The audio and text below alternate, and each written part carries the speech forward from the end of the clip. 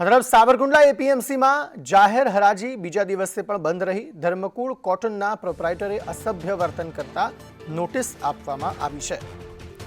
જણસીની હરાજી બંધ કરાઈ। માર્કેટિંગ યાર્ડના ઇન્સ્પેક્ટરે પ્રોપ્રાઇટરને નોટિસ ફટકારી હતી। જાહેરાત ન થાય ત્યાં સુધી જણસી ન લાવવા નોટિસ અપાઈ છે। ત્યારે જાહેર હરાજી બંધ થતા ખેડૂતો હવે મૂંઝવણમાં મુકાયા છે।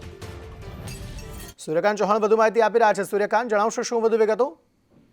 અંકિત, બીજા દિવસે પણ જાહેર હરાજી સાવરકુંડલા એપીએમસીમાં બંધ રહી છે। મામલો છે વેપારીઓનો અને માર્કેટિંગ યાર્ડનો, જેમાં ખેડૂતો સેન્ડવિચ થઈ ગયા છે, ખેડૂતો મૂંઝાઈ ગયા છે અને આ બંનેના વાંકે ખેડૂતો પરેશાન થઈ રહ્યા છે। 2 દિવસથી જણસી માર્કેટિંગ યાર્ડમાં પડી છે અને અચાનક જ ગઈકાલે હરાજી બંધ રાખવાનો વેપારીના નિર્ણયને ખેડૂતો નારાજગી બતાવી છે। ત્યારે વેપારી અને એપીએમસીનું હાલ કોઈ નિરાકરણ કે સમાધાન થયું નથી અને એપીએમસીએ નોટિસ પણ ફટકારી દીધી છે જાહેર, કે જ્યાં સુધી જાહેરાત નવી કરવામાં ન આવે ત્યાં સુધી ખેડૂતોએ પોતાનો માલ નહીં લાવવો। ત્યારે હવે ખેડૂતો મુશ્કેલીમાં મુકાયા છે અને ખેડૂતો ઈચ્છી રહ્યા છે કે આનું નિરાકરણ વહેલાસર આવે। આભાર સમગ્ર માહિતી આપવા માટે।